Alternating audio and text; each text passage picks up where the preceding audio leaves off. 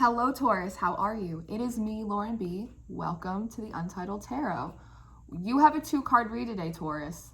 I know that's weird around here. We normally pull like 38 cards and talk for 45 minutes, but I'm being personally challenged by my guides to kind of trim the fat, really prove to myself that I don't need 38 cards. And I think you're actually a little bit in a similar energy, Taurus, really trying to solidify to yourself that like your skills are your skills and your abilities are your abilities. Like you are worth your salt. You are worth your salt. I want to tell you a story. This is weird. It's a story, a little image, they gave it to me. And I feel like that's how I have to lead this off. So in my mind, Taurus, it's very vivid imagery. This is you. Right?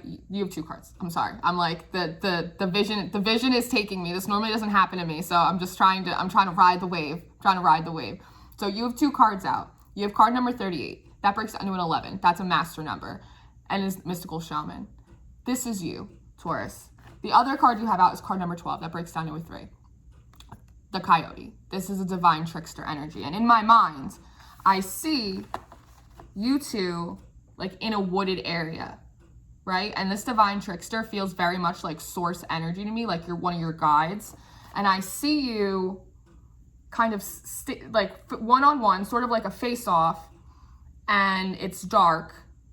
And I see this coyote like howling at you, but the howl, the vibration of the noise, you can actually see almost as if it's like a sonic boom or like smoke, something like physical that you can see with the eye, just the pure vibration of this howl. And then I see you on the other end, and it's almost like you breathe it in and you hold it and then you let it out and it becomes a different thing. And I think that the basis of your reading is about transmutation. It's about how you're absorbing stress, conflict, anxiety, and transmuting it, breaking it down, processing it on a variety of different levels, emotionally, physically, spiritually, and then again, transmuting it, transforming it, changing it into something else as it extends out of you.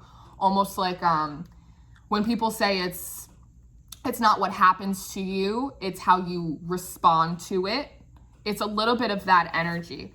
And I see you a bit in like an energetic bubble, right? Because you're in the woods alone with this coyote. So you could be physically isolated just because something like quarantine, the corona, but it could be that you've kind of cut off loose ends. You've cut off a lot of loose ends for yourself, Taurus, which has left you a bit isolated, but it's a bit of self-isolation. I think that there were some lessons that you learned in your last season that you kind of now can look back on and realize that you needed to learn them and they were necessary. But in order to really solidify the wisdom of those lessons, you had to kind of like take yourself out of the circle, like take yourself out of the group and kind of put yourself like alone with source, alone with your thoughts, your feelings, your guides, your angels, kind of really getting down to the root of the issue that you were having that was causing you frustrations, delays, low self-esteem,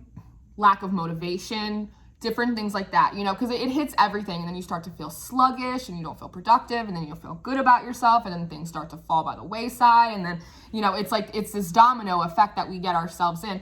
And so maybe that's, I'm getting training day. They keep giving that. So I don't know if that's like a movie you're watching, or if you're training for like a police academy, or somebody that is.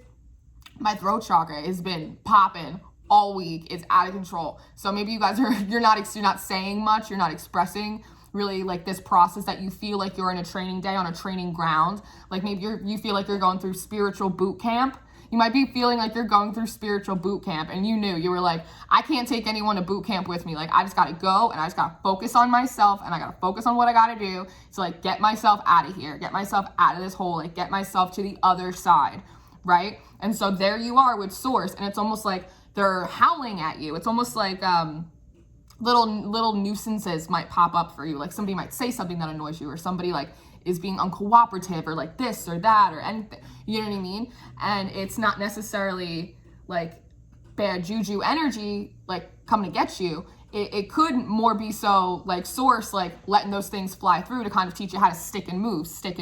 So they're like throwing these things at you, little inconveniences, little hiccups, little this, little that. So that way it's like you're learning, because it feels relatively like manageable stuff.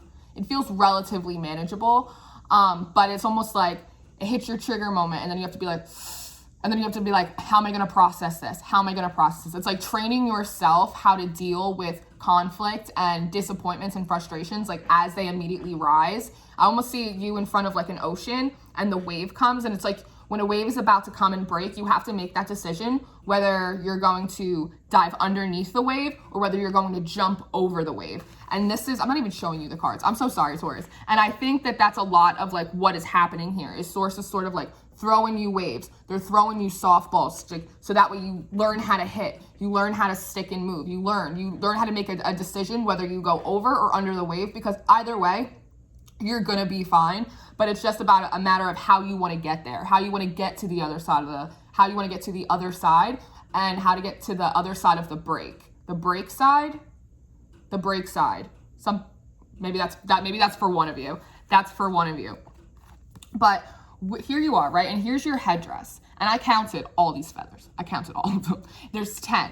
There's 10 feathers. And 10 for me is a number of completion, right? It could also be a number of beginnings, because beginnings often hide themselves in endings, right?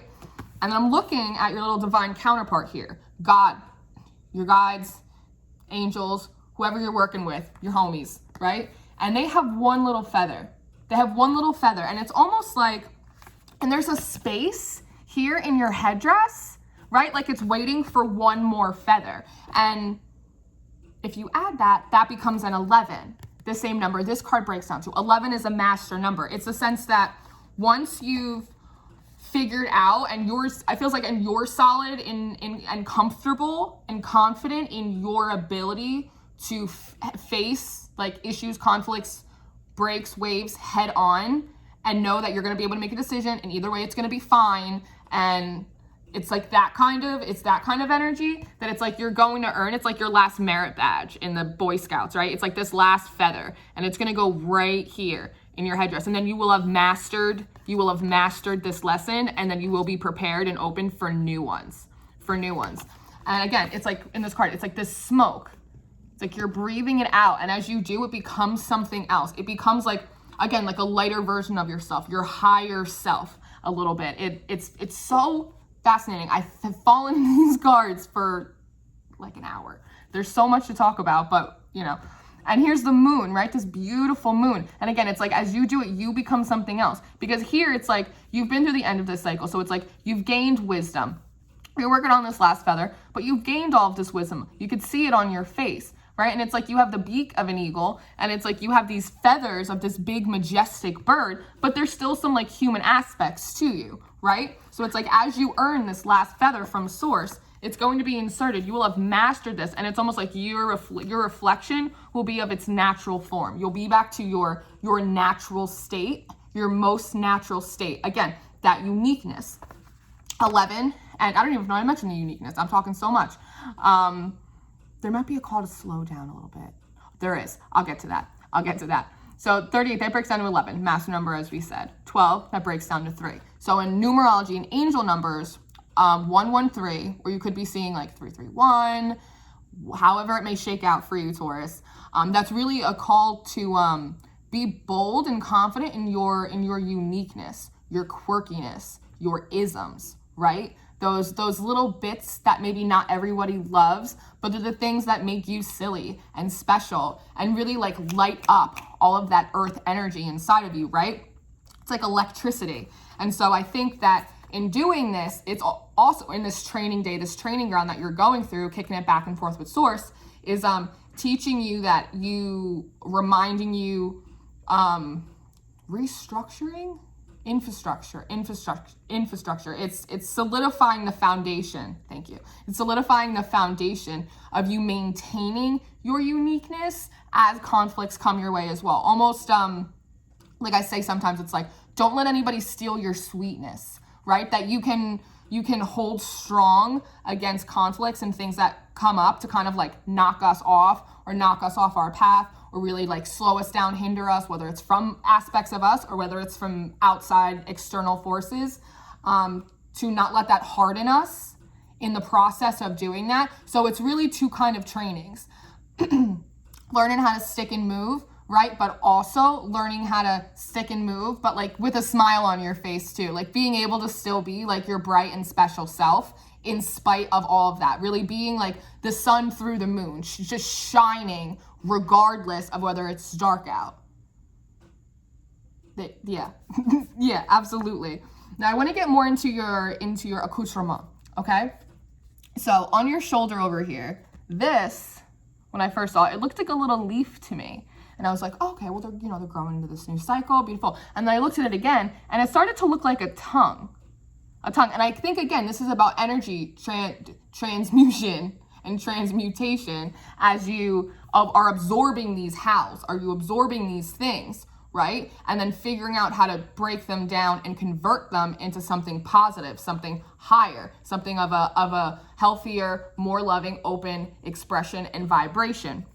And I think in doing that, you've learned that there's so much life and death in the power of the tongue, right? It's like that plant, it looks like a leaf and it looks like a tongue. It's like you can grow things with how you speak. It's about being diplomatic a lot in how you express yourself, express your concerns, express the way that you are going to maintain your boundaries, right? It's not just being like, oh, well, I'll tell you a thing or two. It's like, no, listen, I respect you, but like, this is my line and no farther than here. And this is the deal. And I'm not going to compromise myself. Like, sorry, no. Instead of really kind of like bum rushing, it's almost like a higher ascension of the bull. It's almost, you're going from a bull to a sacred cow. You're going from a bull to a sacred cow. Was that in Hindu tradition, religion?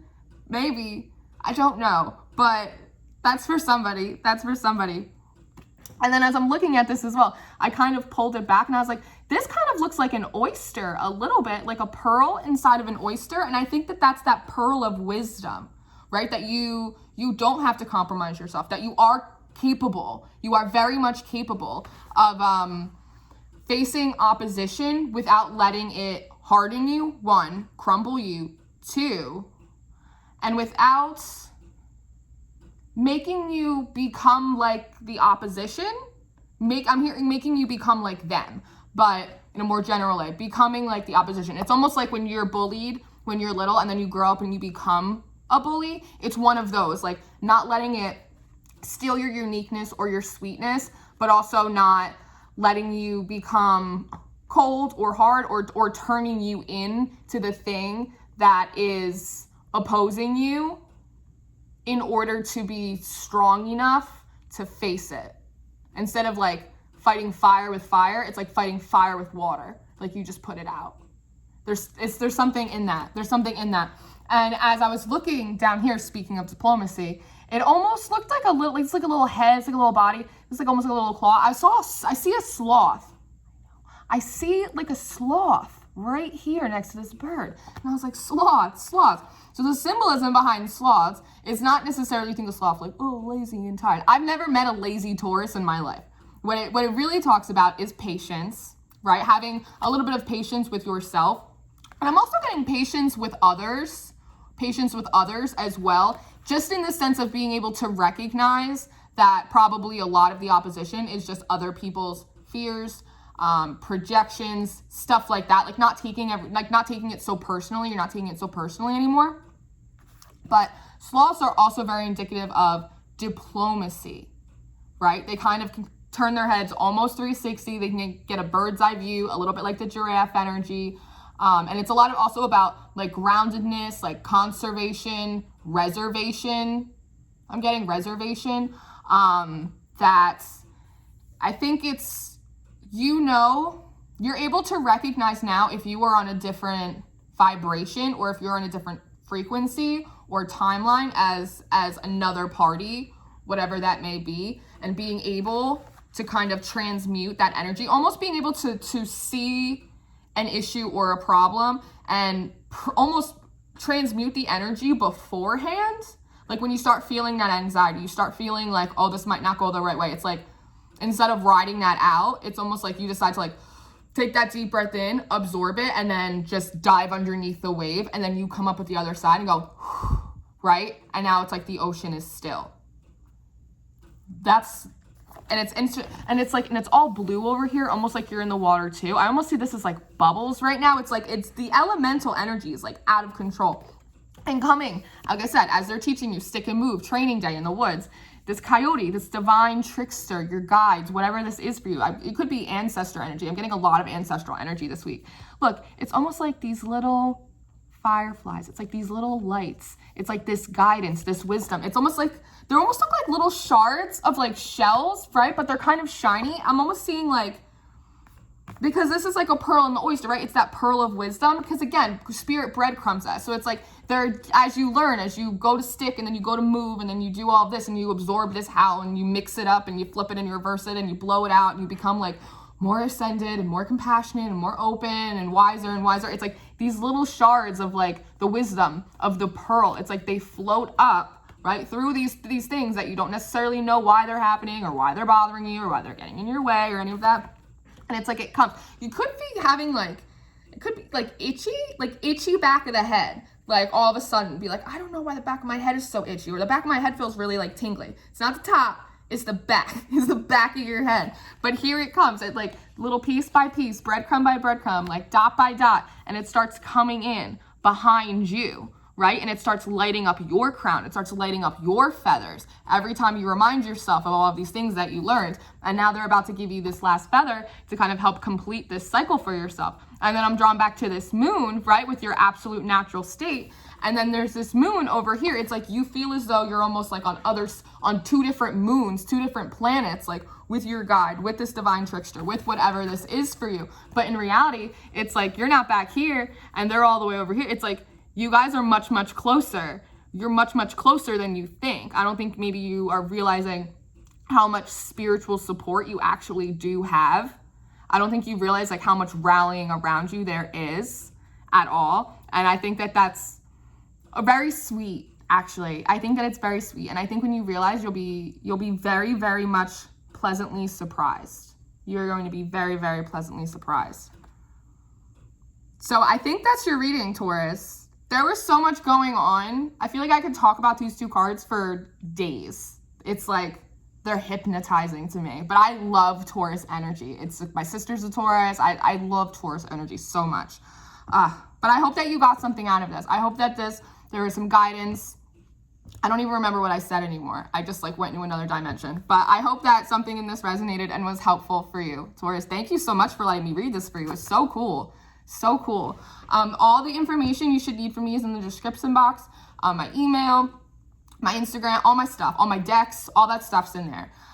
Thank you all for participating and for commenting and subscribing and being here. And I just love having your energy, and my cup just runneth over for you every single time. So thank you, Taurus. I love you. I will see you next time. Congratulations on the last feather. Heck yes.